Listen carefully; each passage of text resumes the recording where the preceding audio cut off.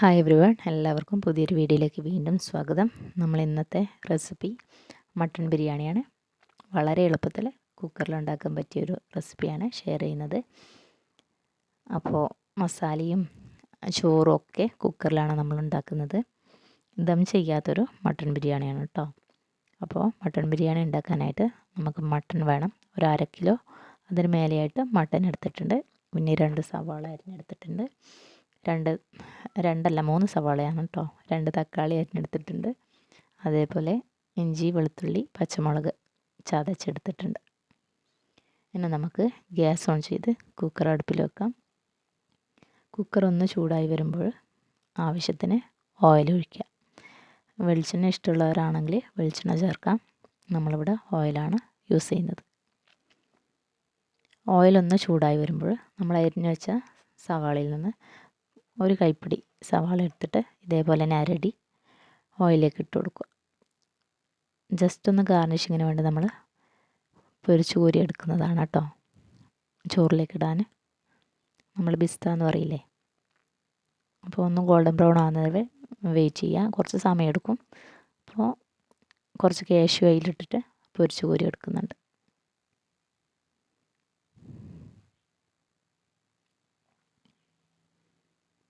കരിഞ്ഞു പോകാണ്ട് നോക്കണം കേട്ടോ. അപ്പം ഞാനിവിടെ ഗോൾഡൻ ബ്രൗൺ ആയിട്ട് പൊരിച്ച് കോരിങ്ങ് മാറ്റുന്നുണ്ട്. ഇനി നമ്മൾ അതേ ഓയിലേക്ക് തന്നെ ബാക്കി സവാള ചേർത്ത് കൊടുക്കുന്നുണ്ട്. എന്നിട്ട് നന്നായിട്ടൊന്ന് വഴറ്റാം. പെട്ടെന്ന് വഴണ്ട് വരാൻ വേണ്ടി കുറച്ച് ഉപ്പും കൂടി ചേർത്തിട്ട് വഴറ്റുന്നുണ്ട്.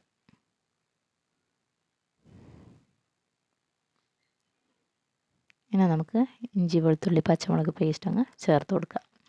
എന്നിട്ട് നന്നായിട്ടൊന്ന് വീണ്ടും വഴറ്റുക.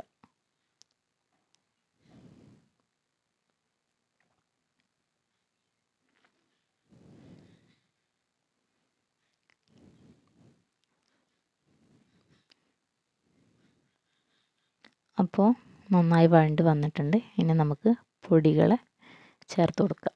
ഞാനിവിടെ മഞ്ഞൾപ്പൊടിയും കുരുമുളക് പൊടിയും ഗരം മസാലയും മാത്രമാണ് ചേർത്ത് കൊടുക്കുന്നത്. ഒരുപാട് മഞ്ഞൾപ്പൊടി ചേർക്കുന്നില്ല കേട്ടോ. ഒരു പിഞ്ച് മഞ്ഞൾപ്പൊടി മാത്രമാണ് ചേർത്ത് കൊടുത്തിട്ടുള്ളത്. ഇനി നമുക്ക് തക്കാളിയും കൂടി ചേർത്ത് കൊടുക്കാം. അപ്പോൾ തക്കാളി ചേർത്തിട്ട് ഒരുപാടങ്ങ് വെന്ത് വരാനോ ഉടയാനൊന്നും നമ്മൾ കാത്തിക്കേണ്ട ആവശ്യമില്ല. കുക്കറിലാണ് നമ്മൾ മസാല ഉണ്ടാക്കുന്നത്. അതുകൊണ്ട് തന്നെ വിസിൽ വരുമ്പോൾ എല്ലാം ഉടഞ്ഞോളും. ഇനി നമുക്ക് മട്ടൻ ചേർത്ത് കൊടുക്കാം. മട്ടൻ ആയതുകൊണ്ട് തന്നെ ഒരുപാട് ഇറച്ചികളൊന്നും ഉണ്ടാവില്ല. അധികം എല്ലും അങ്ങനെ എല്ലും ഇറച്ചിയൊക്കെ ഉള്ളൊരു പീസുകളായിരിക്കും. എന്നിട്ട് നന്നായിട്ടൊന്ന് മിക്സ് ചെയ്യാം. ഉപ്പൊക്കെ ഒന്ന് ചെക്ക് ചെയ്യണം കേട്ടോ. നമ്മൾ ആദ്യം കുറച്ച് ഉപ്പിട്ടതാണ്. അപ്പോൾ ഉപ്പ് നമ്മൾ നോക്കിയിട്ട് ഇട്ട് കൊടുക്കുക. ഇനി കുറച്ച് തൈര് ചേർത്ത് കൊടുക്കുന്നുണ്ട്.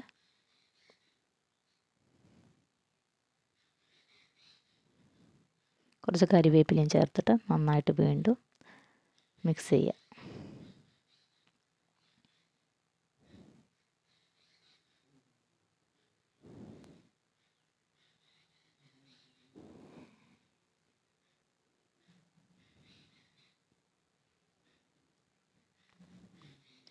ഉപ്പ് നമ്മൾ നോക്കി ചേർത്ത് കൊടുക്കണം കേട്ടോ.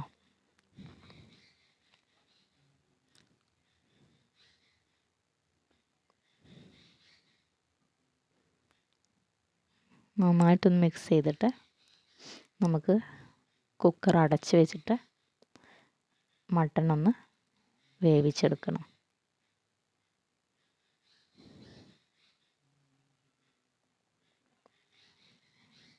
അങ്ങനെ നമുക്ക് അടച്ചു വെക്കാം. ഹൈ ഫ്ലെയിമിൽ ഒരു വിസിലും പിന്നെ ലോ ഫ്ലെയിമിലിട്ടിട്ട്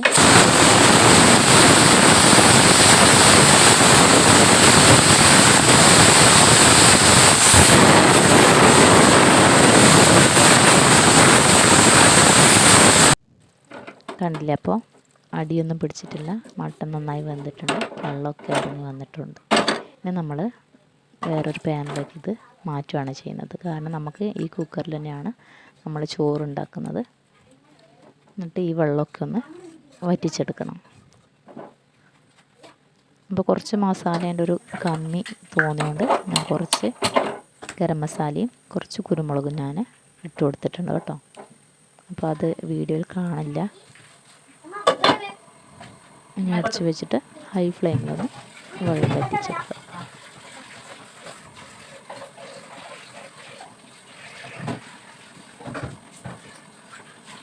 ഇനി നമുക്ക് കുക്കർ അടുപ്പിൽ വെച്ചിട്ട് കുറച്ച് ഓയിൽ ഒഴിച്ച് കൊടുക്കാം. കുറച്ച് പശു നെയ്യ് കൂടി ഒഴിച്ച് കൊടുക്കുന്നുണ്ട് കേട്ടോ. ചോറുണ്ടാക്കാനാണ്. അപ്പോൾ അതേ കുക്കർ തന്നെയാണ് നമ്മൾ കഴുകിയെടുത്തിട്ടുള്ളത്. പിന്നെ പട്ട, ഗ്രാമ്പു, ഏലക്ക, കുറച്ച് പെരിഞ്ചീരകം കൂടി ചേർത്തിട്ട് ആവശ്യത്തിന് വെള്ളം ഒഴിച്ച് കൊടുത്തിട്ടുണ്ട്. ഞാനിവിടെ 1/2 കിലോ അരിയാണ് വെക്കുന്നത്. അപ്പോൾ ഒരു പാട്ടക്ക് 1.5 എന്നുള്ള കണക്കിൽ അരപ്പാട്ടക്ക് ഒരു 3/4 കപ്പ് വെള്ളം ഞാനിവിടെ ചേർത്തിട്ടുണ്ട്. പിന്നെ കുറച്ച് ഉപ്പും പിന്നെ നമ്മുടെ മല്ലിച്ചപ്പ്, വീട്ടിലുള്ള ഒരു മല്ലിച്ചപ്പാണ്, മലേഷ്യൻ മല്ലിച്ചപ്പ് എന്ന് പറയും, അതും ചേർത്ത് കൊടുത്തിട്ടുണ്ട്. വെള്ളം തിളക്കുമ്പോൾ നമ്മൾ അരി കഴുകി വെച്ച അരി ചേർത്ത് കൊടുക്കുന്നുണ്ട് കേട്ടോ. ജീരകശാല അരിയാണ്, നമ്മുടെ നാട്ടിലെ നേരിയരി. അത് ചേർത്ത് കൊടുത്തിട്ട് നന്നായിട്ടൊന്ന് മിക്സ് ചെയ്യണം കേട്ടോ. അപ്പോൾ ഉപ്പൊക്കെ ഒന്ന് ചെക്ക് ചെയ്യണം. കറക്റ്റ് ഉപ്പൊക്കെ ഉണ്ടോ എന്ന് നമ്മൾ ചെക്ക് ചെയ്ത് നോക്കിയിട്ട് വേണം അടച്ച് വെക്കാൻ. നന്നായിട്ടൊന്ന് ഇളക്കി കൊടുത്തിട്ട് നമുക്ക് അടച്ച് വെക്കാം. ഞാനിവിടെ ക്യാരറ്റൊന്നും ചേർത്തിട്ടില്ല കേട്ടോ. ഇഷ്ടമുള്ളവരാണെങ്കിൽ ചേർക്കാം. ഇന്ന് ക്യാരറ്റൊന്നും ഞാൻ ചേർക്കുന്നില്ല, ചേർക്കലുണ്ട് സാധാരണ. നമുക്ക് കുക്കർ അടച്ച് വെച്ചിട്ട് ഹൈ ഫ്ലെയിമിൽ 2 വിസിൽ. അപ്പോൾ മറ്റേ അടുപ്പിൽ നമ്മൾ മസാല വെച്ചിട്ടുണ്ടായിരുന്നു. അപ്പോൾ അതിലേക്ക് കുറച്ച് മല്ലിച്ചപ്പ് ഇട്ടിട്ട് വറ്റിച്ചെടുക്കാണ് ചെയ്യുന്നത് കേട്ടോ. ഞാനിപ്പോൾ പറഞ്ഞ കുറച്ച് ഗരം മസാലയും കുരുമുളകും ഞാൻ ഇട്ടിട്ടുണ്ടായിരുന്നു. അപ്പം കുറച്ച് മല്ലിച്ചപ്പ് ഇട്ടിട്ട് നന്നായിട്ടൊന്ന് മിക്സ് ചെയ്തിട്ട് നമ്മൾ ഗ്യാസ് ഓഫ് ചെയ്യാണ്. മസാലയൊക്കെ വറ്റി വന്നിട്ടുണ്ടോ. ഇപ്പോൾ മട്ടൺ ആയത് കൊണ്ട് തന്നെ ഒന്ന് തണിയുമ്പോൾ ഒന്നുകൂടി ഒന്ന് ഡ്രൈ ആവും. അപ്പോൾ ഈ ഒരു സ്റ്റേജിൽ നമുക്ക് ഗ്യാസ് ഓഫ് ചെയ്യാം. നല്ല കറക്റ്റ് വെന്തിട്ടുണ്ട്. മസാലയൊക്കെ ഇപ്പം കറക്റ്റാണ്. ആ ഒരു കുരുമുളകിൻ്റെയും ഗരം മസാലേൻ്റെയും പച്ചമുളകിൻ്റെയും ടേസ്റ്റൊക്കെ മുന്നിൽ നിൽക്കുന്നുണ്ട് കേട്ടോ. ഓ ഇവനെ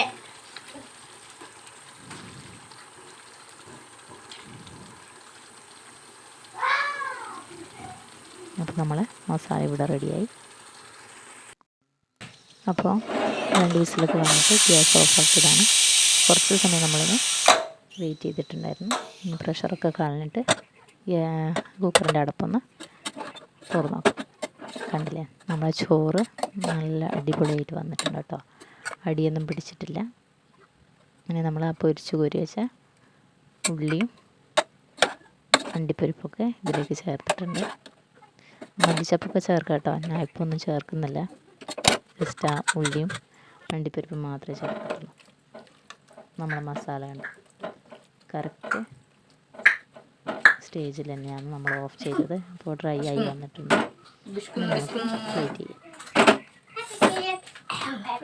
പ്ലേറ്റ് ചെയ്യാനായിട്ട് ഞാൻ ഇങ്ങനെ ഒരു ബൗളിട്ടിട്ടുണ്ട്.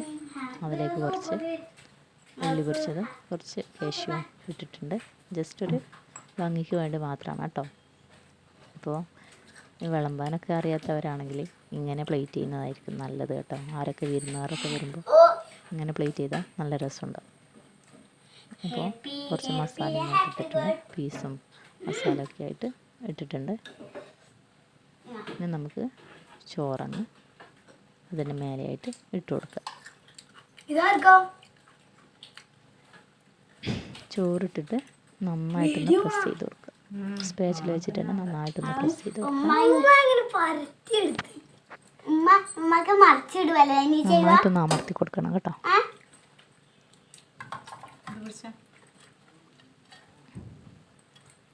ഇനി നമുക്ക് ഒരു പ്ലേറ്റ് എടുത്തിട്ട് നേരെ അങ്ങ് കമഴ്ത്തി കൊടുക്കുക. കണ്ടില്ലേ, അടിപൊളിയായിട്ട് നമുക്ക് പ്ലേറ്റ് ചെയ്യാം. ഇങ്ങനെയാണെങ്കിൽ ഇങ്ങനെ ഒരു ബൗളുണ്ടെങ്കിൽ നല്ല എളുപ്പമാണ് കേട്ടോ. അങ്ങനെ നമുക്ക് മറ്റേച്ച് ആദ്യം നമുക്ക് വിളമ്പെടുക്കാം. കുറച്ച് ചോറിട്ട് അതിൻ്റെ മേലെ മസാല വെച്ച് കുറച്ച് ചോറ് വീണ്ടും ഇട്ടിട്ട് ദം ചെയ്യുന്ന പോലെ നമുക്ക് പ്ലേറ്റ് ചെയ്യാം. അപ്പോൾ നമ്മളത് സൈഡായിട്ട് ചെറിയൊരു ചള്ളാസും കുറച്ചൊരു മധുരമുള്ള അച്ചാറുമാണ് നമ്മൾ എടുത്തിട്ടുള്ളത്. അപ്പോൾ നല്ല ടേസ്റ്റാണ് കേട്ടോ, കഴിക്കാനൊക്കെ നല്ല അടിപൊളിയായിട്ട് വന്നിട്ടുണ്ട്. അപ്പോൾ ഇങ്ങനെയൊന്ന് എല്ലാവരും മട്ടൻ ബിരിയാണി ഒന്ന് ട്രൈ ചെയ്ത് നോക്കണം കേട്ടോ. മട്ടൻ ബിരിയാണി കഴിക്കാതെ ഇതുപോലെ ഒന്ന് ഉണ്ടാക്കി നോക്കി ഫീഡ്ബാക്ക് അറിയിക്കണേ. അപ്പോൾ നമ്മൾ കളറൊന്നും യൂസ് ചെയ്തിട്ടില്ല. ആ മസാലയും ചോറൊക്കെ കൂട്ടിക്കുഴക്കുമ്പോൾ കണ്ടില്ലേ, ഒരു ലൈറ്റ് കളറ് നമുക്കപ്പം തന്നെ കിട്ടും. അപ്പോൾ മട്ടൻ ബിരിയാണി ഇതുപോലെ തന്നെ ഉണ്ടാക്കുന്നതാണ് നല്ലത്. അധികം കളേഴ്സൊന്നും മഞ്ഞളായാലും അതേപോലെ ആർട്ടിഫിഷ്യൽ കളറൊന്നും യൂസ് ചെയ്യാതെ ഈ രീതിയിൽ ഉണ്ടാക്കുന്നതായിരിക്കും നല്ലത്. ഈ മഴക്കാലത്ത് നല്ലൊരു ഹെൽത്തി ആയിട്ടുള്ളൊരു ബിരിയാണി കൂടിയാണ് മട്ടൻ ബിരിയാണി. അപ്പോൾ എല്ലാവരും ഈ രീതിയിലൊന്ന് ഉണ്ടാക്കി നോക്കണം കേട്ടോ. അപ്പോൾ അടുത്ത വീഡിയോ കാണുന്നത് എല്ലാവർക്കും താങ്ക് യു. വീഡിയോ ഇഷ്ടമായി ലൈക്ക് ചെയ്യുക, ഷെയർ ചെയ്യുക, കമൻറ്റ് ചെയ്യുക, സബ്സ്ക്രൈബ് ചെയ്ത് സപ്പോർട്ട് ചെയ്യാനും മറക്കരുത്.